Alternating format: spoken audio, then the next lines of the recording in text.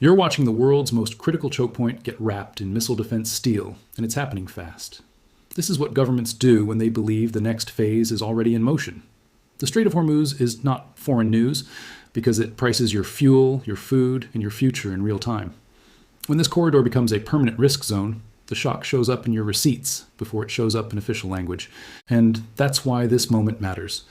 A defensive surge at Hormuz is never just defense. It's a signal that planners expect something worse than the public is being prepared for. Public reporting increasingly points to the U.S. tightening air and missile defense coverage in the Gulf, with THAAD repeatedly mentioned as the upper-tier layer that changes the equation. Stay with me, because I'm going to give you the technical detail most people miss, the historical parallel that explains the impulse and the personal consequence that hits you at home. First, the technical detail is this.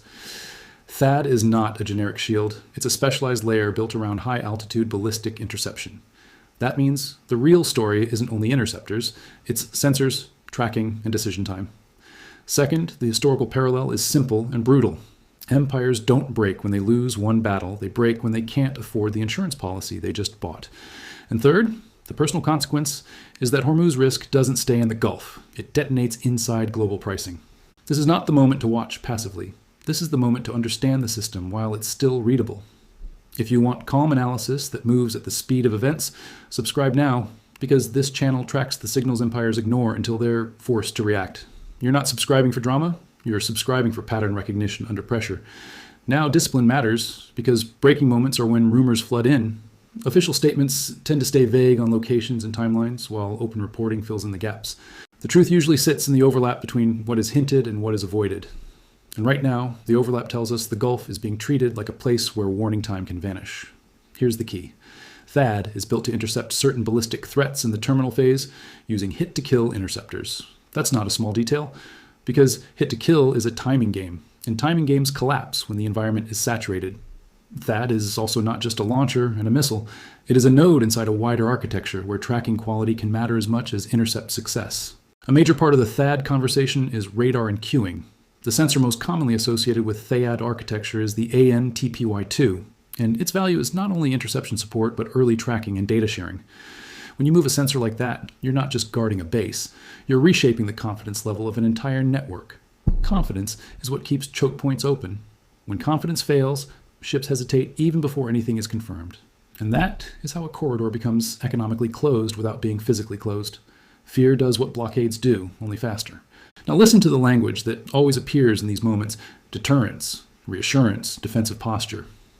Those words are designed to calm you, but the actions are designed to survive what they believe is coming. A lot of people hear missile defense and assume it means blocked, like a firewall.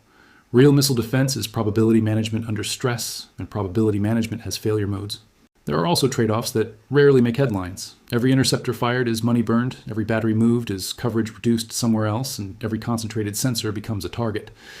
This is where the story stops being about one system. A defense posture is an invitation for the opponent to redesign the problem.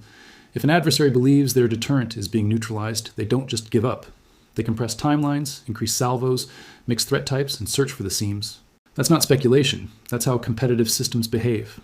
And when the corridor is Hormuz, those behaviors have global consequences. Even a small incident can trigger insurance repricing.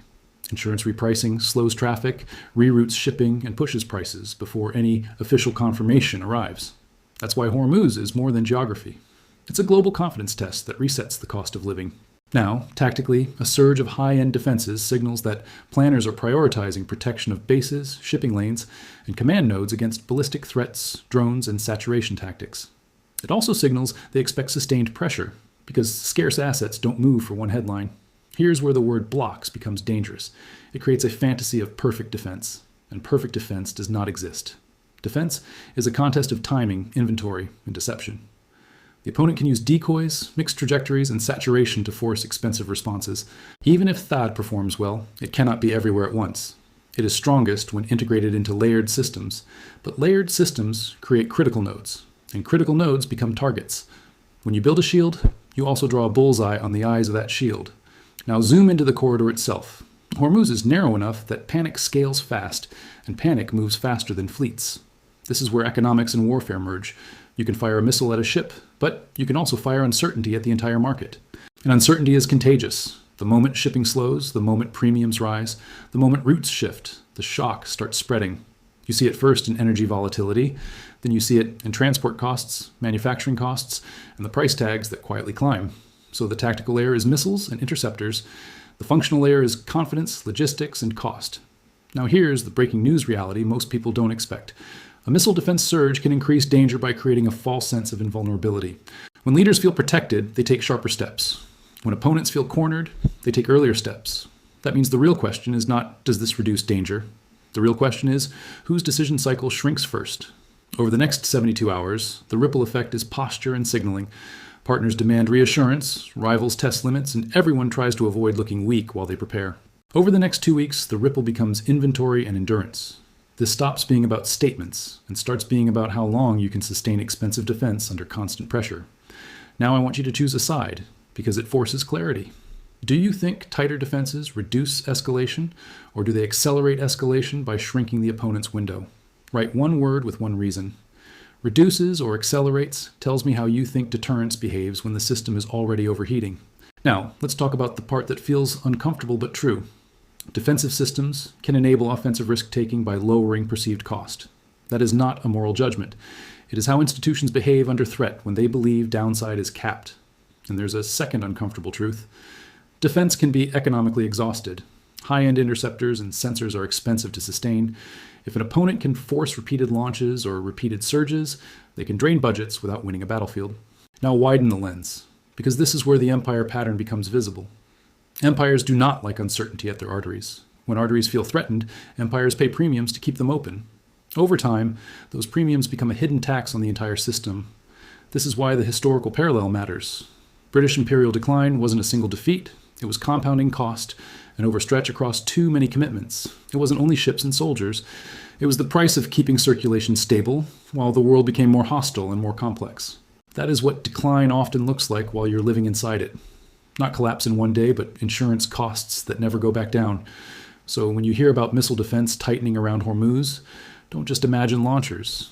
Imagine an empire purchasing time at a premium, because time is the one resource it cannot print. And once time becomes expensive, politics become unstable. People don't feel global stability. They feel inflation, taxes, and a sense of vulnerability. Now, I'm bringing this directly to you, because this is where the story becomes personal. If Hormuz risk rises, energy volatility rises, and energy volatility bleeds into everything. Your fuel bill is the first transmission line. Your grocery bill is the second, because shipping is embedded inside every shelf. Your online orders don't arrive late for no reason. They arrive late because risk forces reroutes, delays, and cost increases that move through the chain. And your retirement account is not protected from this. Markets don't wait for certainty, they price probability, and probability is rising when choke points become stress tests. This is why you feel the anxiety even if you never read foreign policy. The system is telling you, through prices, that the future is getting more expensive. There's also a psychological layer that matters. When people believe the world is becoming unpredictable, they change behavior immediately. They delay spending, they hoard cash or goods, they polarize, and they lose trust in institutions that promise normalcy. That loss of trust is not a side effect. It is a structural factor that makes crises harder to contain. So if you have someone in your life who still thinks this is over there, send them this message. The next energy shock doesn't arrive as a headline, it arrives as a receipt. Now here is the hardest truth to hold in your mind. A defensive surge can be rational and destabilizing at the same time. Rational because threats exist and planners respond. Destabilizing because responses change incentives, and incentives drive miscalculation. Miscommunication doesn't require malicious intent. It requires one radar track misread, one drone misidentified, or one local actor trying to provoke a bigger reaction. And when reaction time shrinks, deliberation disappears. You get pre-delegated authority, automated responses, and decisions made under adrenaline. That is the strategic dread at the center of this. It's not only the threat of impact, it's the threat of compressed decision-making. Now I'm going to introduce one signal that reframes what comes next. Watch whether the shield itself becomes the target set. Because once sensors and interceptors become primary targets, the game shifts from deterrence to blinding. And when eyes go dark, everyone becomes jumpier, not calmer. This is the open loop you cannot ignore. The story isn't defense arrives. The story is what happens when defense becomes the battlefield. In the next follow-up, I'm going to break down how inventory, sensor coverage, and redeployment choices reveal what planners think the next week looks like. And I'm going to show you why the window to understand it is closing faster than the headlines admit. Now make your second prediction, because it tells me whether you understand risk premiums.